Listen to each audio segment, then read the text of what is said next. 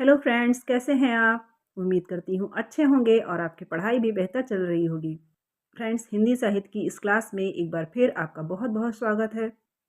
आज फिर से हम देखते हैं एक नया प्रैक्टिस सेट जिसमें बहुत ही महत्वपूर्ण प्रश्नों का संकलन किया गया है, जो आपके परीक्षाओं के दृष्टिकोण से बहुत ही इम्पोर्टेंट है। तो आइए शुरू करते हैं, देखते हैं पहला प्रश्न। वीडियो अच्छा लगे तो लाइक कीजिएगा, शेयर कीजिएगा और सब्सक्राइब भी कीजिएगा ताकि इसी प्रकार के वीडियोस, इसी प्रकार के प्रैक्टिस सेट या आपकी स्टडी से संबंधित कोई भी क्लास हो आपको कंटिन्यू मिलती रहे। आइए देखते हैं। पहला प्रश्न है, हिंदी शब्द सागर का संपादन किसने किया? Option A Acharya Ramchandra Shukla, B Shyam Sundar Das, C Hazari Prasad Dwivedi, D doctor Nagendra. Hindi Shabd Sagar जो ग्रंथ है उसका संपादन किसने किया है? आचार्य शुक्ल ने, श्याम सुंदर दास ने, हजारी प्रसाद द्विवेदी ने या डॉक्टर नगेंद्र ने। हिंदी शब्द सागर जिसकी भूमिका में आचार्य रामचंद्र शुक्ल का हिंदी साहित्य का इतिहास लिखा गया है, जो कि 1929 ईस्वी में प्रकाशित हुआ था। इससे पहले ये 1929 ईस्वी में ही हिंदी साहित्य का विकास नाम से प्रकाशित हो चुका था। तो ये हिंदी शब्द सागर जो है उसकी भूमिका के रूप में लिखा गया ग्रंथ है, जिसको हम हिंदी साहित्य का इतिहास के नाम से जानते हैं, जो आचार्य शुक्ल द्वारा लिखित है। हिंदी शब्द सागर का संपादन किसने किया था? तो ये संपादन करने वाले हैं श्याम सुंदर दास। श्याम सुंदर दास ने हिंदी शब्द सागर का संपादन किया था। आगे बढ़ते हैं, देखते हैं अगला प्रश्न। अगला प्रश्न है, यह कहानी 16वीं शताब्दी के बाद की लिखी हुई है और रासों में प्रक्षिप्त हुई है। पद्मावती समय के विषय में यह कथन किसका है? पद्मावती समय जो एक खंड है, ये उसी के विषय में कहा गया है और किसने कहा है यह आपको बताना है। ये कहानी 16वीं शताब्दी के बाद की लिखी हुई है और रासों में प्रक्षिप्त हुई है। पद्मावती समय जो कि पृथ्वीराज रासों का एक खंड है, एक समय है। पृथ्वीराज रासों के जो खंड हैं उनको समय कहा गया है। तो पद्मावती समय भी उसी का एक समय है, परंतु ये 16वीं शताब्दी के बाद की लिखी हुई बताई जाती है। और ये किसने बताई है ये आपको बताना है। ऑप्शन है ए आचार्य शुक्ल, बी हजारी प्रसाद द्विवेदी, सी राहुल सांकृत्यायन, डी गणपति चंद्र गुप्त।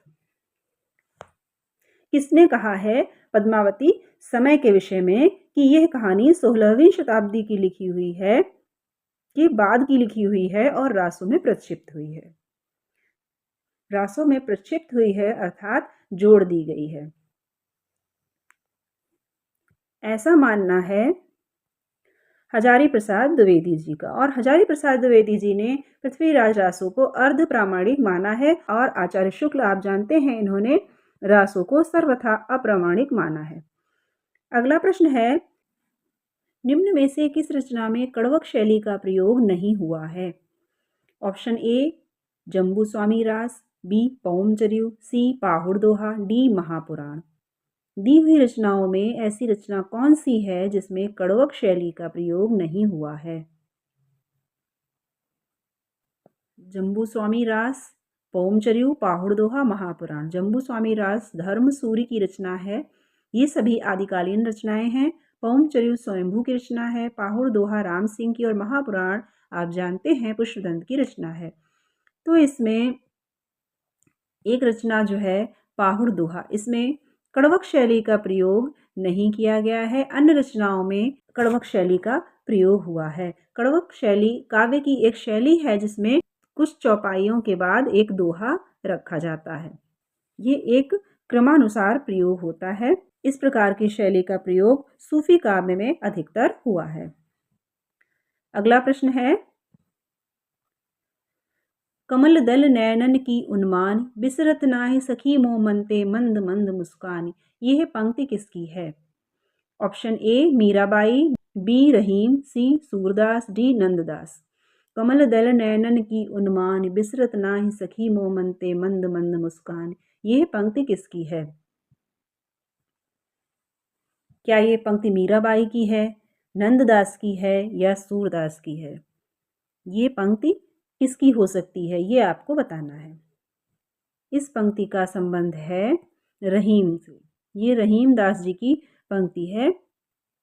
रहीम दास जी की रचनाएं हैं नगर शोभा, मद्राष्टक, बरवै नाई का भेद, खेल कौतुकम।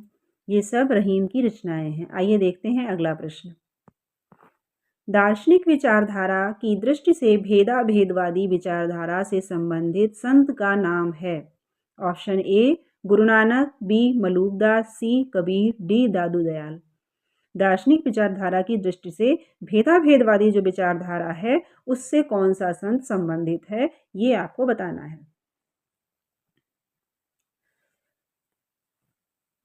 गुरु नानक, मलूकदास, कबीर या दादू दयाल। दार्शनिक विचारधारा की दृष्टि से भेदाभेदवादी विचारधारा से संबंधित संत का नाम है गुरु नानक देव जी।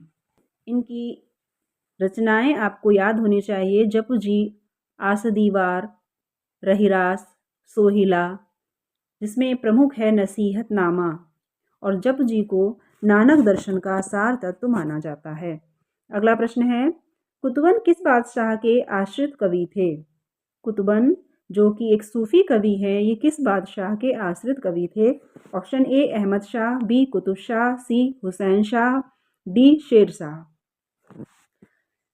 इनमें से कुतुबन किसके आश्रित कवि थे? कुतुबन की रचना है मृगावती, जिसको आचार्य शुक्ल ने सूफी प्रेमाख्यानक काव्य की पहली रचना स्वीकार किया है, जिसका प्रकाशन वर्ष 1503 ईस्वी के आसपास माना जाता है। कुतुबन हुसैन शाह के आश्रित कवि थे। कुतुबन किसके आश्रित कवि थे? बादशाह हुसैन शाह के आश्रित कवि थे कुतुबन। जैसी आप जानते हैं शेर शाह के आश्रित कवि थे। अगला प्रश्न है, तुलसीदास की निम्न कृतियों में से कौन सी कृति कांडों में विभाजित नहीं है? Option A Gitavali, B Barvai Ramayan, C Kavitavali, D Parvati Mangal. दी हुई तुलसीदास की जो कृतियां हैं उनमें से कौन सी ऐसी कृति है जो कांडों में विभाजित नहीं है, यही आपको बताना है। जिस प्रकार रामचरितमानस 7 कांडों में विभाजित है, वैसे ही तुलसीदास की कुछ अन्य कृतियां भी कांडों में विभाजित हैं। तो इसमें दी हुई कृतियों में कौन सी कृति कांडों में विभाजित नहीं है? पार्वती मंगल नाम की जो कृति है ये कांडों में विभाजित नहीं है। इसके अतिरिक्त गीतावली, कवितावली और बरवै रामायण ये तीनों कांडों में विभाजित हैं और इनमें 7-7 कांड हैं। बरवै रामायण आप जानते हैं रहीम की बरवै नाई का भेद के आधार पर लिखी गई है। पार्वती मंगल में शिव पार्वती के विवाह का वर्णन है और ये कुमार संभवम पर आधारित है, जबकि रामचरितमानस में जो शिव और पार्वती का ब्याह तुलसीदास जी ने वर्णित किया है उसका आधार शिव पुराण है। अगला प्रश्न है, नंददास की किस कृति पर मोहित होकर उन्हें जड़िया उपाधि दी गई? ऑप्शन ए अनेकार्थ मंजरी, बी पदावली, सी रास पंचाध्यायी, डी भंवर गीत। नंददास की किस कृति पर मोहित होकर उन्हें जड़िया उपाधि दी गई? जड़िया उपाधि प्राप्त करने वाले नंददास जी को उनकी रचना रास पंचाध्यायी पर जड़िया उपाधि दी गई थी। अनेकार्थ मंजरी, विरह मंजरी, रूप मंजरी, रस मंजरी ये सब नंददास जी की कृतियां हैं। पदावली विद्यापति की है और रास पंचाध्यायी नाम की एक रचना रहीम दास जी की भी मानी जाती है। अगला प्रश्न देखते हैं, निम्न में से घनानंद की रचना नहीं है। ऑप्शन ए प्रिया प्रसाद, बी भावना प्रकाश, सी प्रीति पावस, डी पक्षी विलास। घनानंद की रचना निम्न में से कौन सी नहीं है? पक्षी विलास नामक जो रचना है ये घनानंद की नहीं है। इसके अतिरिक्त यमुना, यश, प्रकीर्णक, प्रीति पावस ये सब, सुजान सागर ये सब घनानंद की रचनाएं हैं। आचार्य शुक्ल ने घनानंद के विषय में कहा है कि लाक्षणिक मूर्तिमत्ता और प्रयोग वैचित्र जो घनानंद जी में पाया जाता है फिर 250 वर्ष बाद आधुनिक काल में ही देखने को मिलता है छायावाद में। ऐसा इनके विषय में आचार्य शुक्ल ने कहा है। अगला प्रश्न है, शोभा सरसाने न बखाने जात केहू भांति, आने हैं पहाड़ मानो काजर के ढोए के। ये पंक्तियां किसकी हैं? दी हुई पंक्तियां शोभा सरसाने न बखाने जात केहू भांति, आने हैं पहाड़ मानो काजर के ढोए के, ये किसकी हैं? ऑप्शन ए देव, बी सेनापति, सी मतिराम, डी चिंतामणि। दिए हुए कवियों में से उपर्युक्त पंक्तियां किसके द्वारा रचित हैं? यूजीसी नेट का आपका पेपर लगा हुआ है 31 दिसंबर से 7 जनवरी के बीच। तो आपकी तैयारी कैसी चल रही है और आप नेक्स्ट किस एग्ज़ाम की तैयारी कर रहे हैं या करना चाहते हैं, तो कमेंट के माध्यम से बताइएगा। ये पंक्तियां हैं सेनापति जी की, जिनको ऋतु वर्णन के लिए विशेष रूप से जाना जाता है, और इनकी कृतियां हैं कवित्र रत्नाकर, काव्य कल्पद्रुम आदि। भक्तिकाल व रीतिकाल के ये संधियुगीन कवि माने जाते हैं। अगला प्रश्न है, प्रयाग रामागमन के लेखक हैं? Option A Balkrishna Bhatt, B Pratap Narayan Mishra, C Premghan, D कोई नहीं। प्रयाग रामागमन नामक जो रचना है, इसके लेखक का नाम आपको बताना है। ये तीनों भारतेंद्र युगीन कवि हैं, और इसमें से प्रयाग रामागमन के लेखक कौन हैं, ये किसने लिखा है, किसकी रचना है, ये आप बताइए। प्रयाग रामागमन नामक रचना प्रेमघन जी की है, और इनकी अन्य रचनाएं हैं आनंद अरुणोदय, हार्षिक हर्षादर्श, जीर्ण जनपद आदि इनकी रचनाएं हैं। और इन्होंने 2 पत्रिकाओं का प्रकाशन भी किया था, जिसमें से आनंद कादम्बिनी जो कि एक मासिक पत्रिका थी, नागरी नीरद एक साप्ताहिक पत्रिका थी, और ये दोनों ही पत्रिकाएं मिर्जापुर से प्रकाशित होती थी। अगला प्रश्न है, मनोविनोद नामक काव्य की रचना किसकी है? मनोविनोद नामक काव्य रचना किसकी है? ए मुक्तिबोध, बी पंत, सी सेनापति, डी श्रीधर पाठक। मनोविनोद नामक काव्य जो कि 3 भागों में है, वो किसका है? मुक्तिबोध का है, पंत का है, सेनापति या श्रीधर पाठक। तो मनोविनोद नामक जो काव्य है, ये श्रीधर पाठक जी का काव्य है, जो कि इनका मौलिक काव्य है, जिसका प्रकाशन 1882 ईस्वी में हुआ था, और इन्होंने कई कृतियों का अनुवाद भी किया है। अगला प्रश्न है, सियाराम शरण गुप्त की रचना आत्मोत्सर्ग में किसके बलिदान की गाथा वर्णित है? सियाराम शरण गुप्त की रचना आत्मोत्सर्ग में किसके बलिदान की गाथा वर्णित है? Option A Prasad, B Chandrashekhar Azad, C Ganesh Shankar Vidyarthi, D Bhagat Singh. Siyaram Sharan Gupt की रचना आत्मोत्सर्ग में किसके बलिदान की गाथा वर्णित है? इसमें वर्णित है गणेश शंकर विद्यार्थी के बलिदान की गाथा। सियाराम शरण गुप्त की अन्य काव्य कृतियां हैं मृणमयी, पाथे, नकुल, नोआखाली, ये सब इन्हीं की काव्य कृतियां हैं। आइए देखते हैं अगला प्रश्न। एक हथौड़ा वाला घर में और हुआ। एक हथौड़ा वाला घर में और हुआ किसकी पंक्ति है? Option A Kedarnath Agrawal, B Ramdarsh Mishra, C Ramkumar Verma, D Shivmangal Singh Suman. इन चारों कवियों में से एक हथौड़ा वाला घर में और हुआ किसकी पंक्ति है? ये पंक्ति है केदारनाथ अग्रवाल की। इनकी अन्य कृतियां युग की गंगा, चमंजल तुम, फूल नहीं रंग बोलते हैं आदि हैं। अगला प्रश्न देखते हैं। असाध्य पीड़ा किस कविता संग्रह में संकलित है? असाध्य पीड़ा नामक जो कविता है वो किस कविता संग्रह में संकलित है? ऑप्शन ए बावरा अहेरी, बी इंद्रधनुष रौंदे हुए, सी अरि ओ करुणामय प्रभामय, डी आंगन के पार द्वार। ये सभी अज्ञेय की कविताएं हैं, अज्ञेय के कविता संग्रह हैं। इनमें से असाध्य पीड़ा नामक कविता किसमें संग्रहित है, ये आपको बताना है। अज्ञेय प्रयोगवाद के जनक कहे जाते हैं। इनका जन्म 1911 ईस्वी में हुआ था। असाध्य पीड़ा नामक जो कविता है वह आंगन के पार द्वार नामक कविता संग्रह में संकलित है और इसी कविता संग्रह पर इनको 1964 ईस्वी में साहित्य अकादमी पुरस्कार भी मिला था। ये भी आप याद रखिएगा। और कितनी नदियों में कितनी बार पर इन्हें ज्ञानपीठ पुरस्कार भी मिला है। अगला प्रश्न है, लीलाधर जंगूड़ी को उनके किस कविता संग्रह के लिए व्यास सम्मान मिला था? ऑप्शन ए घबराए हुए शब्द, बी ईश्वर की अध्यक्षता में, सी अनुभव के आकाश में चांद, डी जितने लोग उतने प्रेम। लीलाधर जंगूड़ी को उनके किस कविता संग्रह के लिए व्यास सम्मान मिला था? और ये व्यास सम्मान 2018 ईस्वी में इनको मिला था।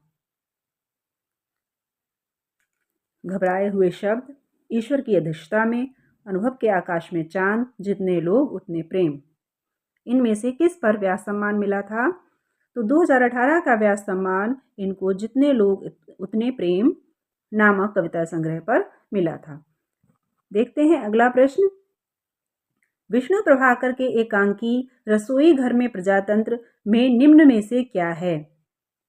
निम्न में से क्या दर्शाया गया है, क्या चित्रित किया गया है? ऑप्शन ए निराशा, बी व्यंग्य, सी उद्बोधन, डी क्षोभ। विष्णु प्रभाकर जी का जो एकांकी है रसोई घर में प्रजातंत्र, इनमें से क्या दिखाया गया है? क्या है उसमें?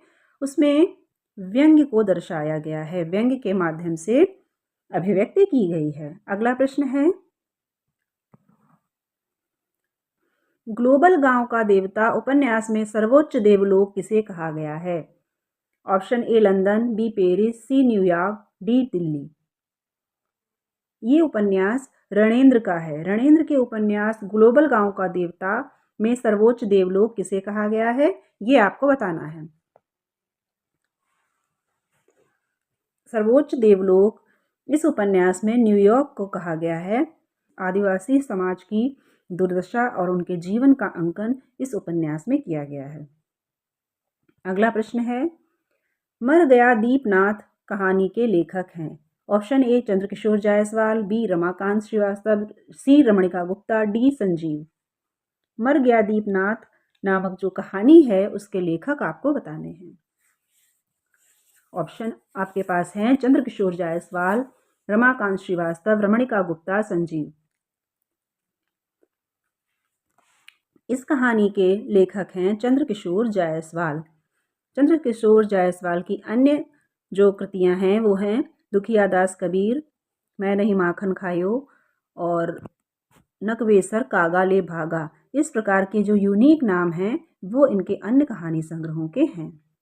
अगला प्रश्न है, निम्न में से कौन सा निबंध बाबू गुलाब राय का नहीं है? ऑप्शन ए चाबुक, बी जीवन पशु, सी मेरे मानसिक उपादान, डी प्रीति भोज। बाबू गुलाब राय का निबंध जो नहीं है वो ऑप्शन आपको चूज करना है। वो ऑप्शन है चाबुक। चाबुक नामक निबंध बाबू गुलाब राय का न होकर निराला का है। बाबू गुलाब राय के अन्य निबंध हैं मेरी असफलताएं, मेरे नापिताचार्य आदि। अगला प्रश्न है, आज का हिंदी निबंध साहित्य अधिकांश में आलोचना की ओर दौड़ा जा रहा है। आजकल आचार्यत्व की चाह रीतिकाल से भी कुछ बढ़ी चढ़ी है। कथन किसका है? Option A Nand Kishore Jaiswal, B Babu Gulab Rai, C Muktibodh, D Malayaj. आज का हिंदी निबंध साहित्य अधिकांश में आलोचना की ओर दौड़ा जा रहा है। आजकल आचार्यत्व की चाह रीतिकाल से भी कुछ बढ़ी चढ़ी है। ये हिंदी निबंध साहित्य के विषय में किसका कथन है? क्या यह नंद किशोर जायसवाल का है, बाबू गुलाब राय का है, मुक्तबोध या मलयज? किसका है ये आपको बताना है। ये कथन बाबू गुलाब राय के द्वारा कहा गया है हिंदी निबंध साहित्य के विषय में। आगे बढ़ते हैं, देखते हैं अगला प्रश्न। विधा की दृष्टि से अस्ति और भवति कृति क्या है? अस्ति और भवति नामक जो कृति है वो विधा की दृष्टि से क्या है, किस विधा की कृति है? ऑप्शन ए पत्र साहित्य, बी उपन्यास, सी निबंध, डी आत्मकथा। अस्ति और भवति नामक जो कृति है ये आत्मकथा है और ये आत्मकथा आपको दिमाग में आया होगा कि किसकी है, तो ये आत्मकथा है विश्वनाथ प्रसाद तिवारी की, जिनकी कृतियां हैं रचना के सरोकार, आधुनिक हिंदी कविता आदि। अगला प्रश्न देखते हैं, श्यामा प्रसाद मुखर्जी जीवन चरित्र के लेखक कौन हैं? Option A Chhavinath Pandey, B Balraj Madhok, C Anand Prakash Jain, D Kedarnath Sahni. Shyama Prasad Mukherjee जीवन चरित्र के लेखक कौन हैं, बताइए। इस जीवन चरित्र के लेखक हैं बलराज मधोक। आइए आगे बढ़ते हैं, देखते हैं अगला प्रश्न। रधिया महादेवी वर्मा के किस संस्मरण की पात्र है? Option A Ghisa, B Sabiya, C Rama, D Badlu. Radhiya नामक जो पात्र है वो महादेवी वर्मा के किस संस्मरण की पात्र है, ये आपको बताना है। घीसा की, सबिया की, रामा की या बदलू की। फ्रेंड्स, इस प्रैक्टिस सेट के बाद आप काउंट कीजिएगा कि इन 25 प्रश्नों में से कितने सही होते हैं आपके, और कमेंट बॉक्स में बताइएगा कि आपके कितने प्रश्न सही हुए। तो रधिया नामक जो पात्र है ये बदलू नामक संस्मरण की है। रधिया और बदलू का जो सरल दाम्पत्य प्रेम है वो इस संस्मरण में दिखाया गया है। और ये सभी जो संस्मरण हैं, घीसा, सबिया, रामा, बदलू, ये जो महादेवी वर्मा की रचना है अतीत के चलचित्र, उसमें ये सभी संकलित हैं। अगला प्रश्न है, एक ही कथानायक चेतन उपेंद्रनाथ अश्क के कई उपन्यासों का केंद्रीय पात्र है। उनके किस उपन्यास का नायक चेतन नहीं है, ये आपको बताना है। ऑप्शन ए गिरती दीवारें, बी शहर में घूमता आईना, सी गर्म राख, डी एक नन्ही कंदील। उपेंद्रनाथ अश्क के जो उपन्यास हैं उनमें से उनके कई उपन्यासों का पात्र चेतन ही है, कथानायक चेतन ही है। यहाँ पर 4 उपन्यासों के नाम दिए गए हैं, आपको बताना है कि किस उपन्यास का पात्र चेतन नहीं है। गिरती दीवारें, शहर में घूमता आईना, गर्म राख, एक नन्ही कंदील। गिरती दीवारें, शहर में घूमता आईना, एक नन्ही कंदील, इन तीनों का कथानायक चेतन ही है, जबकि गर्म राख नामक उपन्यास का पात्र कथानायक चेतन नहीं है। अब यहाँ कंप्लीट होते हैं हमारे पूरे 25 प्रश्न। इसके आगे के प्रश्नों को देखेंगे अगले वीडियो में। वीडियो आपको अच्छा लगे तो लाइक कीजिएगा, शेयर कीजिएगा और चैनल पर नए हैं तो सब्सक्राइब कीजिएगा। मिलते हैं अगले वीडियो में, तब तक के लिए स्वस्थ रहिए, मस्त रहिए और मन लगाकर पढ़ते रहिए। धन्यवाद।